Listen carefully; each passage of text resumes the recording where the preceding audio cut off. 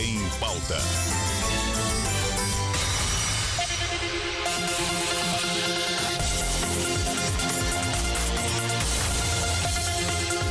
18h53, está no ar o Em Pauta e às segundas-feiras participa conosco Hermano Caixeta, ele que sempre traz o seu comentário, o seu ponto de vista sobre os assuntos que estão bombando no dia em questão. Hermano, a gente começa falando aí da polêmica em torno da arte publicada nas redes sociais da Câmara Municipal, que o vereador José Luiz Borges Júnior não foi não foi tão favorável. O que você tem a dizer sobre isso, que inclusive é o tema da enquete do dia? Bem, boa noite, Matheus. Boa noite a todos os ouvintes da Rádio Clube. É um prazer estar aqui, poder trazer mais uma visão, né, uma análise aí da nossa conjuntura econômica e política. Bem, sobre o posicionamento infeliz ali do vereador José Luiz, eu acho que é o seguinte, Matheus, até um tempo atrás as pessoas tinham vergonha de ter preconceito, sabe? De ser racista, de ser machista, de ser homofóbico. As pessoas tinham vergonha disso, sabe? Elas, quando eram, escondiam, ou se acontecia, pedia desculpa, sabe? Reconhecia que estava errado, assim, não, entendi e tal. Agora, parece que é bonito, sabe? Desculpa a expressão, mas parece que é bonito ser feio, sabe? Parece que é bonito você ter posição que não respeita o próximo, sabe? Parece que é bonito você desrespeitar a pessoa, desrespeitar o sofrimento das pessoas, sabe? E o que é interessante, assim, é que parece que uma certa turma aí vamos dizer assim, que é disputa para ver quem aparece mais, né? E para ver quem aparece mais é quem fala mais absurdo, quem causa mais polêmica. E aí fica muito fácil atacar aí o pessoal que fez a arte da Câmara, é muito fácil taxar de esquerdista, de lacração, sabe? Alguma coisa assim, só para destilar esse preconceito, sabe? Só para dar vazão a esse preconceito que a gente sabe que tem, sabe? Porque é evidente, assim, é evidente nos posicionamentos, nas pautas e no que o sujeito defende. Então, assim, eu acho que a gente tem que, assim, a sociedade tem que repudiar isso veementemente, porque tem que voltar as pessoas têm que voltar a ter vergonha dessas coisas, sabe? Ter vergonha de ser machista, ter vergonha de desrespeitar alguém pela opção sexual, sabe? Isso é inaceitável. A gente está em 2021, sabe? Eu fico revoltado porque quando a gente vai crescendo e aprendendo sobre se educando, entendendo assim, essas questões, você revê vários comportamentos. Ninguém nasce desconstruído. Infelizmente, a gente vive numa sociedade machista, racista, homofóbica. Mas desde que você seja maior de idade, que você seja responsável pelos seus atos, você é responsável também por rever esses comportamentos, sabe? E aí, ninguém nasce perfeito, né? Ninguém é perfeito. Então, assim, eu acho que todo mundo está sujeito a ter deslizes, exatamente por ter vindo desse mundo, né, que tem todas essas condições. Mas também é de uma pessoa responsável, de maior de idade, também fala assim, não, está errado, eu vou rever essa posição, porque não faz sentido, sabe? E não ficar, desculpa isso, mas arrotando algumas, sabe, posições horrendas, assim, porque isso realmente é vergonhoso. E quando você fala ainda de um vereador da Câmara de Vereadores, é uma vergonha, vamos dizer assim, nacional. É como se esse vereador estivesse disputando para saber quem é que passa mais vergonha, quem é que fica mais, sabe, usa mais até politicamente para aparecer, para ser o porta-voz desse comportamento. Só que são comportamentos recrimináveis, e a gente não pode aceitar mais, sabe? As pessoas não vão aceitar mais, ninguém vai voltar para o armário, o negro tem que ocupar todos os lugares, as mulheres também, e isso tem que ser, sim, o tempo inteiro pauta do debate político. Hermano, outro assunto para a gente comentar também que está em pauta hoje, a gente vem falar a respeito de uma situação que tem circulado e muito nas redes sociais. Eu encaminhei para você hoje mais cedo, se a gente poderia comentar a respeito, e agora é destaque no Em Pauta, que é o seguinte: o cancelamento da FENAMILHO 2021, 2 edições canceladas, somente no ano que vem agora, em 2022, Hermano. Certo, Matheus. Pois é, né? O setor de eventos, com certeza, assim, é o setor que mais sofre com essa pandemia. Foi o setor que teve que parar vamos dizer assim, ano passado, no começo da pandemia, já teve que encerrar suas atividades. Agora começa a abrir assim, à medida que vai da onda amarela para a onda verde só, que alguns estabelecimentos podem funcionar, e só vai voltar a funcionar quando tiver vacinação. Então, assim, a Feramilha, a grande festa que é, tanto do agronegócio regional como do povo patense, toda aquela aglomeração é impossível de acontecer num cenário que a gente está aí vacinando a conta-gota, sabe? Passando por um calvário aí para conseguir vacinar. Então, assim, quero muito voltar aí para Feramilha, nossa, sabe, assim, já tem um saudosismo sobre aqueles dias de Feramilha, que a cidade pulsando como nunca, assim, né? A festa, sabe? Era como se a cidade realmente tivesse nos seus momentos mais vivos, assim, e também de circular dinheiro, de fazer emprego, de trazer imposto, de trazer atividade econômica para a cidade. Então, assim, mas isso só vai poder acontecer quando a gente tiver vacina. E para isso, aparentemente, com o governo nesse ritmo de vacinação, só ano que vem. E olha lá, né? Situação lamentável. Hermano, outros assuntos para a gente comentar. Vamos falar agora de economia. Economia, governo federal. A gente destaca aqui no Em Pauta o seguinte assunto. Para você que está sintonizado conosco, este é o programa de Tudo Um Pouco, aqui da Rádio Clube 98. Programa de Tudo Um Pouco, quadro Em Pauta. Falando agora de orçamento 2021. Ai, qual é a pérola dessa vez? E aí, hein? Orçamento sancionado por Bolsonaro mantém risco de shutdown? O que seria um shutdown do governo, hermano? E essa sanção, o que tem a ver esse termo com a sanção do orçamento 2021? E o que é esse termo, irmão? Certo, Matheus. Primeira questão aí do shutdown é o seguinte: o governo simplesmente não previu despesa suficiente para fazer o ano inteiro. Então, assim, algumas áreas, como a educação e a própria saúde, que tiveram cortes no orçamento, corre risco de não ter dinheiro para pagar. Não ter dinheiro para pagar salário de professor, não ter dinheiro para pagar médico, técnico de enfermagem, medicamento, aluguéis, não ter dinheiro para pagar todo o funcionalismo público. Por quê? Como a gente já foi um pouco de assunto nos últimos Em Pauta, né? De tudo um pouco aqui com a gente, o governo teve que escolher, né? Ou ele cortava nessas despesas, que são obrigatórias, na verdade, então existe um limite de corte aí, ou ele cortava das emendas parlamentares para os deputados federais da basilhada, né? Então, assim, ele ficou numa sinuca do tipo, ou ele fazia um orçamento mínimo, ou ele pagava os deputados que estão apoiando ele. E, aparentemente, ele escolheu apagar, na verdade, abriu mão de um pouco mais que a metade dessas emendas, mas continuou mantendo essas emendas e caiu naquela situação que eu te falei, sabe? O governo, o SUS, o Ministério da Educação, não vai ter dinheiro para pagar, não vai ter dinheiro para fazer reforma em escola, não vai ter dinheiro para comprar equipamento hospitalar, e vai vir o salvador da pátria, um deputado com uma emenda parlamentar, e falar assim, não, toma aqui um respirador, toma aqui, sabe? Como se fosse algum favor, sendo que, na verdade, quando foi construir o orçamento, o governo tirou do Ministério, que já tem ali toda a sua organograma de como o dinheiro vai, como que é gasto, como que é até o processo de fiscalização desse dinheiro, para cair na mão de um deputado que vai levar esse recurso para onde quiser. Mas se já não bastasse isso, né, Matheus? Recentemente, essa semana, a gente teve, se não me engano, ontem ou antes de ontem, a notícia de que o governo federal preparou também um orçamento secreto, ali, um orçamento para amigos, né, para assim dizer. Desde a eleição da Câmara, a gente sabe que o governo patrocinou a candidatura do Arthur Lira. Até o próximo assunto que a gente vai abordar aqui. Sim.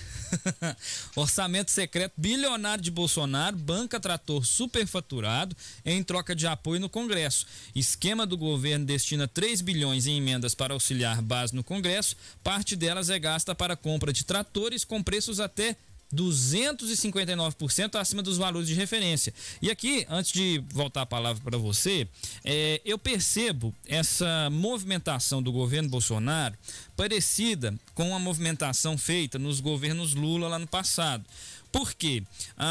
Bolsonaro era crítico dessa política assistencialista. Aí vem aí o auxílio emergencial ano passado, agora auxílio emergencial novamente. Possivelmente esse auxílio emergencial ele vai ter um período mais longo. Quando chegar no seu fim, pode ser que possa ser renovado, porque isso para o presidente da República, mostra, pelo menos nos índices das pesquisas, nas últimas pesquisas divulgadas, mostra que o presidente da República conseguiu sair à frente. Uma pesquisa recentemente divulgada pela Band News FM mostrou o presidente à frente novamente de Lula. Na última pesquisa, Lula estava à frente. Aí vem o auxílio emergencial. Então, Bolsonaro se aproxima da parte mais pobre da população.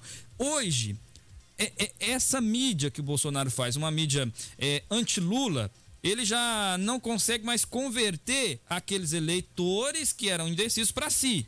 Os indecisos continuam. E hoje eles fazem opção pela terceira via. Nesse sentido, eu consigo observar que o Bolsonaro se aproxima dos deputados do centro para ter uma base aliada, se aproxima da população mais pobre para ter um apoio maior nas eleições e conseguir aí emplacar uma eleição junto a Lula. Mas, nesse ponto, a terceira via pode sair fortalecida se Bolsonaro não continuar com essas políticas populacionistas, né? A gente pode dizer assim, nesse sentido. As medidas que ele tanto criticou durante a campanha, ele tem tomado agora, visando a reeleição? Será? Com você, irmão. Bem, Matheus, o Bolsonaro está em campanha desde quando ele começou o governo, né? Eu acho que, na verdade, o pessoal está esperando saber quando ele vai governar mesmo agora, né? Não para uma eleição futura. E realmente, você descreveu muito bem aí algumas decisões que o governo tem colocado nesses projetos, né? Primeiro, por um lado, você tem esse aumento das políticas de assistência à população, que eu não sou contra, na verdade eu sou muito a favor. Muito se falava na época da criação do programa Bolsa Família, que era Bolsa Esmola, que era compra de votos. Mas, enfim, se um governante constrói políticas econômicas para as populações mais necessitadas e melhora a qualidade de vida desse povo, e esse povo vota nele, tipo assim, eu acho legítimo, porque, de fato, o governo usou o seu mandato para melhorar a vida das pessoas e as pessoas vão reconhecer isso. E enfim, o Bolsonaro fez com o auxílio emergencial, que deu esse alívio para muita gente, né? Para muita gente que perdeu o emprego, que teve que fechar comércio e tudo mais. Apesar de ter proposto R$200, né? A gente tem que lembrar que ele propôs 200 e foi a Câmara que aumentou para R$600. Veio agora com um auxílio bem menor, que a meu ver não é nem suficiente, que é de em média R$250, mas que dá também esse suspiro para as pessoas, principalmente aqueles que mais precisam. Por outro lado, o governo ainda tem aquela lenda de ser liberal, né? De não querer gastar. O Paulo Guedes ainda está lá com aquele discurso de menos Estado, de menos participação na economia. Muita gente caiu na conversa de que o Bolsonaro seria liberal, que ia diminuir o tamanho do Estado, que ia privatizar. Mas, enfim, o deputado Bolsonaro nunca votou a favor dessas políticas nesse sentido. E ele trouxe ali o Paulo Guedes, fez aquela reforma ministerial que concentrou muito poder na mão do Paulo Guedes, é importante. O Paulo Guedes ele é um ministro da economia e ele concentra a fazenda, que é quem paga, ele concentra o planejamento, que fala para onde o dinheiro vai, ele concentra indústria e comércio, ele concentra, se não me engano, 4 pastas sobre a caneta dele. Só que ele não consegue fazer as coisas primeiro, porque entra essa outra questão que você falou, que é o Centrão puxando os gastos, né?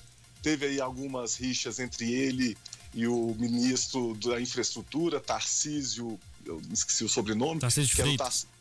Ele queria dinheiro para gastar, né, para fazer obras de infraestrutura, e o Guedes chamando ele de ministro fura-teto.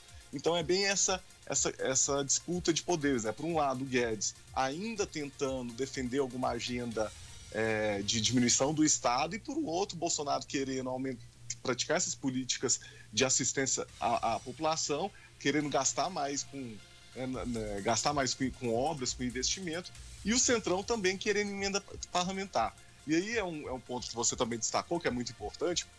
Por muito tempo a governabilidade do governo PT foi feita com a aliança com esses deputados, né? Deputado do PMDB, do PP, hoje que é na base aliada forte do governo, muito nesse processo de destinar emendas parlamentares, que, vamos dizer assim, e nos momentos de crise, de impeachment, de mensalão, de petrolão, esse dinheiro acabava aumentando, né?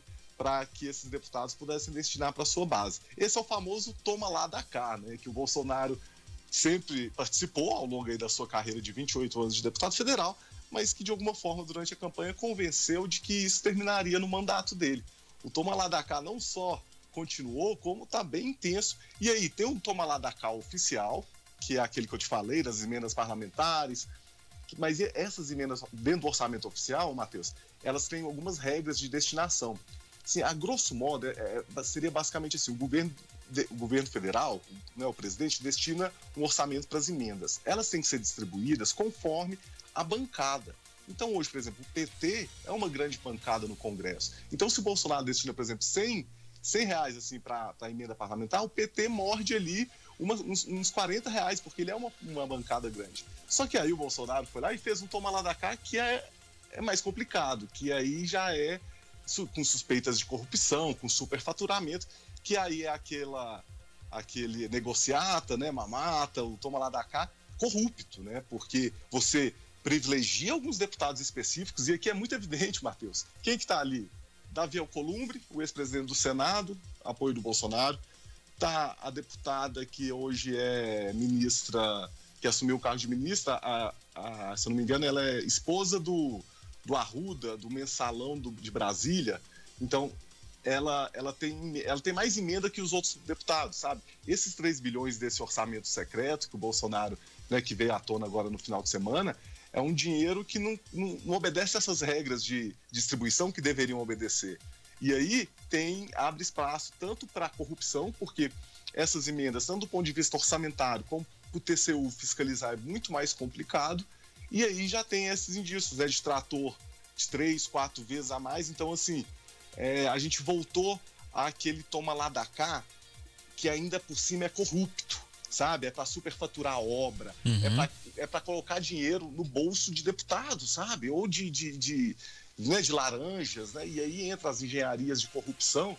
Mas, assim, é o pior que sempre existiu, né? E o pior que sempre existiu nessas emendas parlamentares é você fazer ainda no segredo para dar vazão para superfaturamento, que é o que está apresentando aí nesse que estão chamando de bolsolão, né? Que é o mensalão do Bolsonaro aí para baselhada. É lamentável a situação. Ô, irmão, o seu destaque final, seu comentário final, e aí eu já te libero para semana que vem você tá aqui conosco, com a gente. Bem, Matheus, eu só queria destacar também que o que eu vejo muito, assim, e tentar fazer um pouco de ligação tanto com o vereador aqui de Patos, que né, declaradamente bolsonarista, com as próprias posições que a gente vem vendo do governo aí. A leitura que eu faço é o seguinte: a CPI lá do Senado já começou ali colhendo muitas informações com os ex-ministros da Saúde, está esperando o depoimento do principal ministro, que é o Pazuello, e nesse momento, né, no momento em que o governo se sente acuado, ele causa confusão, né? O Bolsonaro ele é bom em causar problema. Então, ele fala que não vai ter eleição, que tem que ter voto impresso, aí fala mal de alguém só para causar esse alarde. Então, assim, os trabalhos da CPI vão ser muito importantes exatamente para a gente perceber o quão o governo Bolsonaro foi responsável pelo atraso das nossas vacinas, né? A gente está aí passando por esse calvário, que para mim, assim, pensar o tanto de gente que está morrendo, que já poderia ter sido salva por causa de vacina, porque o presidente da República não quis comprar vacina, sabe? É revoltante, sabe? Você também, né, Matheus? Acredito que você não tomou vacina ainda. Não. A gente está correndo risco de vida. Exatamente. Por causa dessas decisões. Então, assim, a gente tem que acompanhar para que isso seja bem esclarecido e para que essa falta de vacina, essa situação que a gente chegou, encontre os responsáveis para que a gente nunca mais repita isso, porque vai saber quando vai vir a próxima pandemia. É isso, irmão, e eu quero te elogiar porque a câmera hoje, rapaz, você colocou uma câmera Ultra HD. A sua imagem tá chegando limpinha aqui pra gente. Pois é, eu acredito que o áudio também, eu tô usando um fone aqui com o microfone e tô melhorando aqui o aparelho. Rapaz, a imagem e o áudio chegaram, ó, excelentes. Obrigado e até semana que vem. Obrigado, Matheus. Obrigado a todos os ouvintes e até semana que vem. Ó, lembrando que em instantes o quadro estará na íntegra no nosso canal do YouTube da Rádio Clube 98 de Patos de Minas e também no portal Clube Notícia. Eu vou para um rápido intervalo e volto na sequência. Você está ouvindo Clube 98. Não saia daí.